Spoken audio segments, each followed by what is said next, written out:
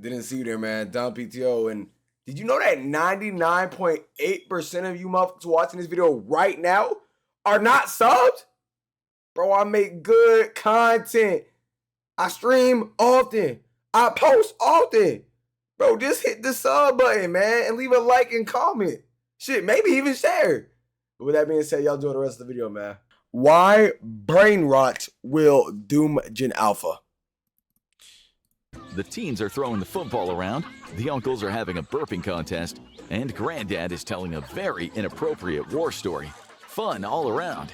And 7-year-old Timmy notices none of it. He's glued to his iPad watching his favorite cartoon characters sing the same short song for the 40th time today.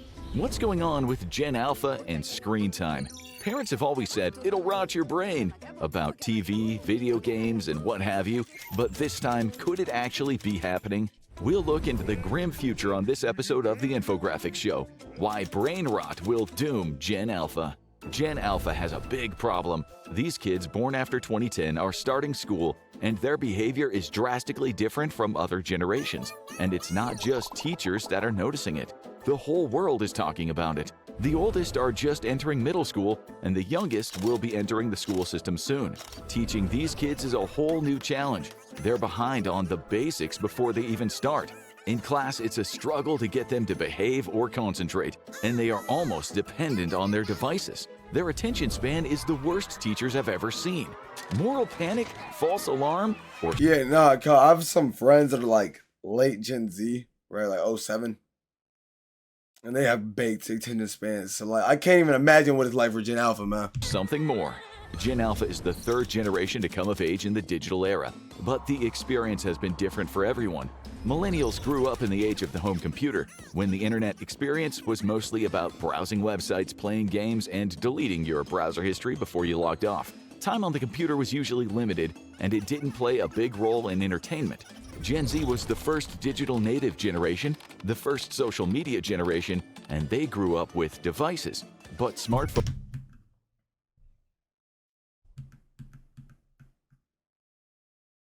Like, how do you have Gen Alpha 2010, 2024, and then Gen Z's 1990 2012? Gen Z ends at 09. That's when Gen Z ends. It ends at 09. 09 is the last generation, last year for Gen Z's.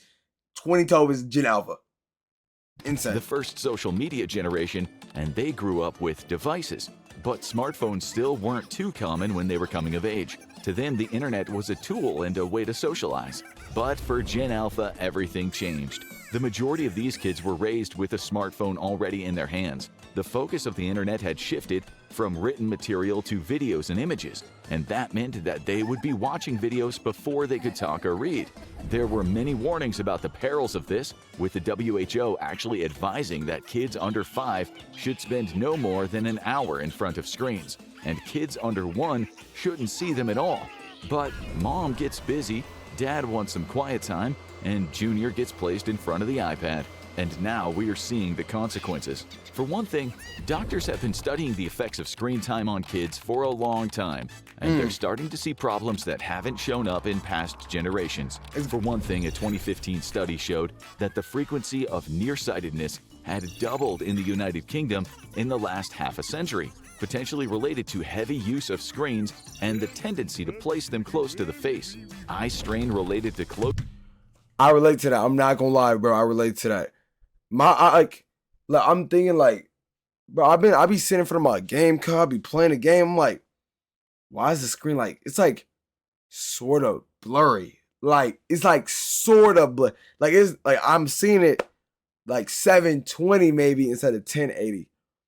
Like, it's like it's like a tiny bit of blur, and it's bothering. Like, it bothers me. It's like, bro, why am I seeing like this? It's like this tiny bit of blur. And I'm thinking it's because of how close I am to my screen all the time, bro. And how often I be in front of a screen. So, because I was thinking about, I was like, bro, when I was a kid, bro, I could see everything like dead 4K. Like, I swear to you, my eyes were so, like, everything was 4K. Everything was 4K.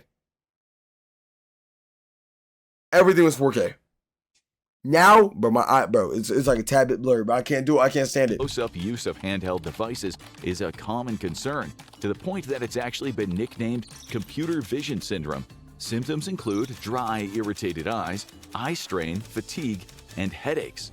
Given that all of this might make it difficult for kids to concentrate on books or read the board, it could be contributing to Gen Alpha's struggle in school.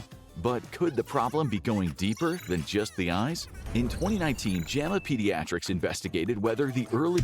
Because you're still traumatized because of the P? You're still traumatized because of that P, the P dude?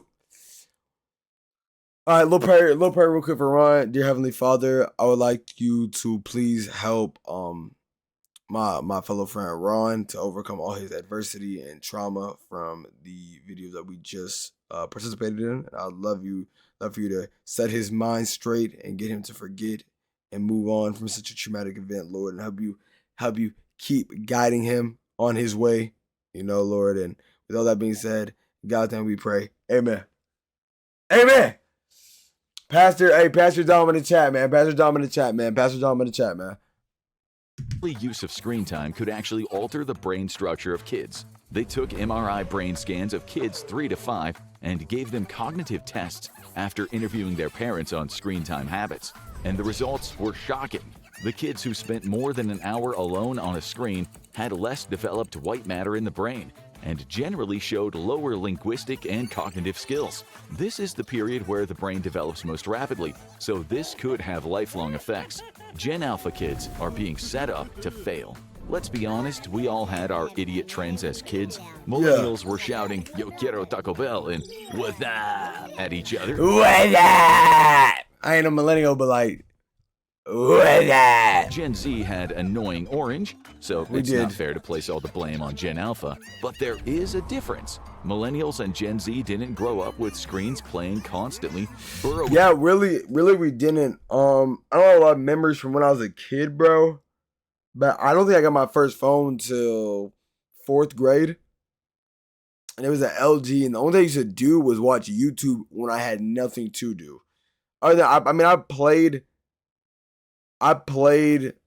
what's it called? Obviously games and stuff, but that's video games. It's not the same as like basically like if I wasn't on my game, I wasn't like on my phone. You get what I'm saying? Like I was just doing stuff. So basically, it was a TV or a game, but I wasn't like, there wasn't no bad stuff when I was growing up. Like brain rot, you know how we have the term brain rot. Like there's no brain rot from when I was 4 years old, 3 years old. That wasn't a thing. Like there was nothing that was like so stupid that like how they have it. So like even if I was on my stuff, it wasn't bad. So there's that, and like yeah, we really weren't on our phones for like. I know some of my friends had a phone, like we had Musical.ly and stuff like that, but music was like more like a middle school thing. And even still, we weren't on our phones. I would say like how like these kids are on their phones now, bro.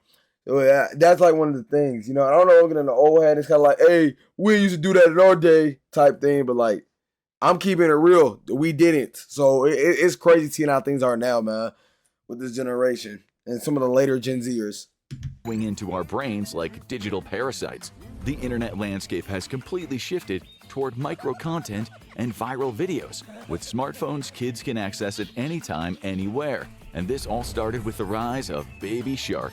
And we apologize if you now have that song in your head again. And that led to the rise of the content farm. The biggest culprit in this is YouTube, or rather the people who took advantage of it. While there are plenty of channels out there delivering great music, informative vlogging, or entertaining animated videos about news and science, there are also countless content farm channels pumping out short, low-effort videos, often featuring popular cartoon characters dancing or doing silly skits. And these videos are designed to be catchy and addictive, intentionally designed to hook kids. And the algorithm keeps feeding them more of the same, locking kids into an endless loop of mind-numbing content for as long as the parents allow them. And that's led to some scary statistics. There is no question that Gen Alpha kids are spending more time on devices compared to Gen Z. It's estimated that 39% of Gen Alpha spends at least 3 hours a day on screens, and 24% spends at least 7 hours. See, when they say... when they say screen time, are they just talking about tablets and phones? Because if so, it's definitely way more than that. Because there's more than screen time. There's TV screen time, video game screen time. If you're saying just like 3 hours a day usually on a phone. Okay, this is just tablet because I was about to say it's more than that. Usually, I'd say most people nowadays, I'd say spend at least 12. I'd say really like at least 12 hours on the screen. Yeah, I was like, it's really at least 12 hours a day, realistically, on the screen. And I think that's for the low. That's like for like a majority, but like also I feel like there's still like a minority majority. That's more like mostly the whole day they're on the screen, like literally like the whole day they're on the screen. So that's what I think. Because yeah, this is That's the majority of their waking hours, and it doesn't drop when they get older. Part of this isn't their fault. There was something big that happened a few years ago, and suddenly kids stopped going to school for nearly a year or more. They were quickly shifted to remote schooling, spending all day on Zoom, and just like that, everything could be done on screens. And when it was time to shift back, the transition didn't go well.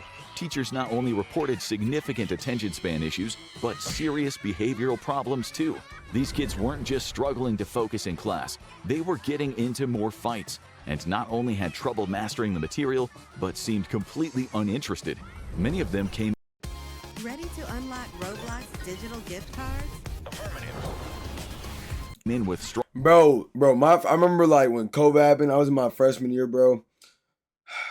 Didn't even get to experience my first. But I think it happened like it was after winter break where they put us on lockdown. We'd go to like online learning. I mean, it was so easy to pass classes, obviously because you could look stuff up and get like other assistance, like you know what I'm saying. Then it's how I cheat though. I didn't cheat, but like you know what I'm saying. You just like get help from others, right? There was that, and then like my sophomore year, we had masks on 24/7. We had barriers up. Learning was a lot more difficult. Like I remember during COVID, cause I was sleeping on the video game all day. Like I wasn't doing nothing. But like I wouldn't say that as like I had a real impact on me. But I know for like most of the generation, like most of my generation, it did. You know what I'm saying? Especially them Gen Alphas and stuff like that. So I can't really, you know what I'm saying? strong opinions, some of which have no basis in reality, and they were belligerent when challenged on it. And the culprit once again was the internet. Micro-content is increasingly becoming the favorite way for Gen Alpha not only to be entertained, but to learn. And surprisingly, not everything can be learned in 1 minute. The main culprit is one of the biggest boogeymen at the moment, TikTok. This viral video site. True, bro. Clip farming. Cause it's like, bro, since people like it's not even because listen, it is like also a main culprit, but like it's not really all its fault. Cause realistically, like even I remember like our teachers told us to write essays. It's like, hey, bro, that introduction is all you got to get someone to keep reading your story or like your article, or whatever you're doing. You that first introduction, and if they don't get hooked, you're done for. So like basically like obviously if your video is not funny in that first 5 seconds that they see it, or first 5 seconds, they're not gonna watch your video, and that's why like all of it's like short content, so they can get you to look at their stuff, and then you know what I'm saying, you keep going and you get hooked on their stuff, and you watch back, you'll watch more, you'll watch longer videos. But like now, basically everything's just short content on there, so it's like. It has been accused of everything from being digital crack to being Chinese spyware. But its biggest problem might be that you can find everything there, including blatant lies. The site is notorious for hosting influencers who break down complex issues into short, easy-to-digest videos, often claiming to reveal the hidden truth that schools don't want kids to know. There's just one problem. Most of it is fake. After all, remember when Vladimir Putin opened up the oldest vault? If that doesn't make sense to you, you're not alone.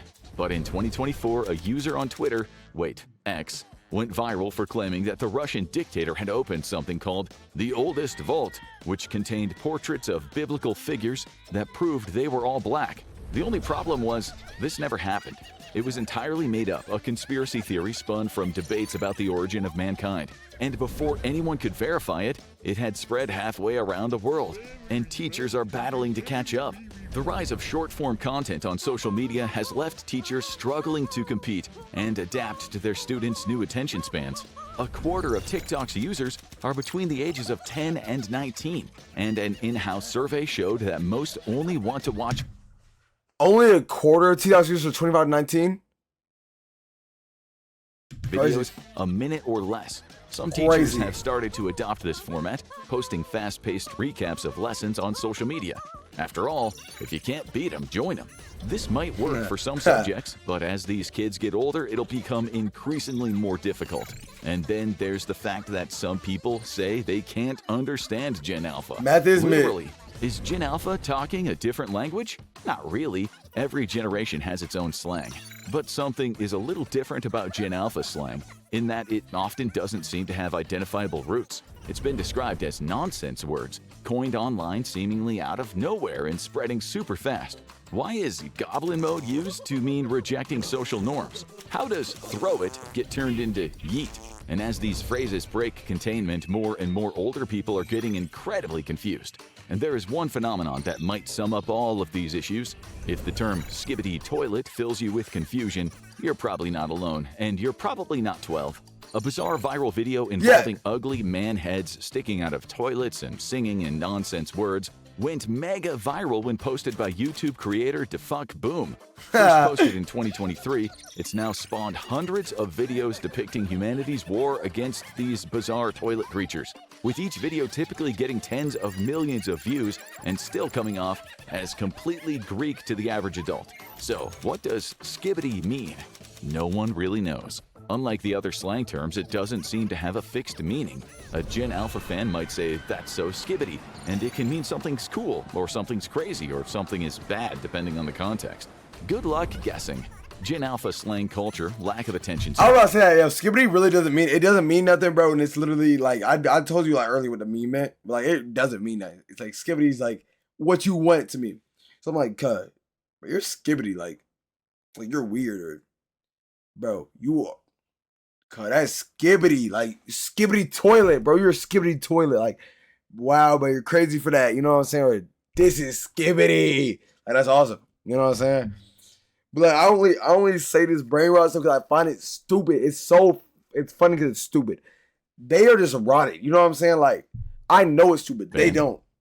And lack of traditional socialization has led many teachers to quit, and it's caused a bit of panic among adults. Millennials are typically the parents of Gen Alpha kids. Are they raising a group of ill-mannered internet addicts with brain rot? Gen Alpha doesn't think so. Gen Alpha is the first to admit that they're a digital generation, but teen influencers say it's opened them to experiences no one else has had. They say that being able to get the news from alternative sources allows them to cut through mainstream media bias. They defend short-form content as a way to learn a little about a lot, and they say that the internet has allowed them to be creative in ways no one else. I'll bet you've never played a hero as unique and powerful as this one. Venom, one of Marvel. Else had the They're saying opportunity. that, but like, that's really like with Gen Z, that like the internet literally helped us like learn more. Like, I mean, like, I guess, bro. Like, I guess, I mean. Too. A perfect example is the website My Roblox, balding which chat? over half of American kids under 16 belong to. This gaming site offers children the chance to code their first video games in a safe and affordable environment. But many of the things they think are positives are a double-edged sword. Gen Alpha is more open online than any generation before them, continuing a trend that started with Gen Z. Many of them are discovering their gender identities at an earlier age, or realizing that they may be on the autism spectrum, often thanks to influencers sharing similar experiences. But this has also led many to overshare online and reveal a lot of information about them. The term stranger danger has no meaning to these kids, and parents struggle to regulate their online behavior. But there are some signs that things are changing. Gen Alpha social media has largely been influenced by Gen Z influencers, and phenomena like book talk have made many of them interested in reading again. This generation is just developing its interests, and it's impossible to predict a generation's long-form trajectory just from their online behavior. But one thing is for sure, these kids are being influenced by the digital world in ways no other age group ever was, and it is not possible to know how this will play out long-term yet. For the first time, these kids aren't solely being raised by their parents and schools. There's a third parent in the room, the algorithm. Unlike the internet of millennials and even Gen Z, most of the sites Gen Alpha frequents are driven by algorithms that adapt to their interests, encouraging them further and further down the same rabbit holes. That can make it harder to redirect kids, And these are the kids who spent their formative years during the pandemic. And that kind of disruption is hard to overcome. And so the traditional 40-minute school period is becoming more and more of a challenge, which is why some teachers are being proactive. They can't undo Gen Alpha brain rot on their own, but they can work around it. More and more teachers are adapting their lessons, breaking them up into short lectures and short work periods, keeping things fresh and not letting the kids get bored. If Gen Alpha's brains have been rewired, then the educators of the world will simply have to find a way to work with that and reinvent learning. Of course, there is another option, but the kids won't like it. Schools around the country have been considering cell phone bans during school hours, including in districts in New York, which are looking to bring back a ban that was lifted in 2015. This will essentially banned it be in a Florida daily digital detox, like 4 years allowing ago, the kids' 3 years brains ago, to something like that. hopefully I don't know. reset Maybe this year. I'm and not give sure, them bro. no It choice happened. but to focus They on tried, what the teacher they tried to implement a phone ban when I was in school. No one went for it. So was saying. And to say the reaction from Gen Alpha has been negative would be putting it very lightly. And that is definitely not skibbity. Or is it? yeah. Just stop talking. Yep, they just ruined it for me. Hey man, listen, Gen Alpha's fried. Happy to be a Gen Zer myself, man. Best generation there is. We know technology without being brain rotted by it. You know what I'm saying? So Gen Z for the win for sure. That was why brain rot will doom Gen Alpha. Gen Alpha.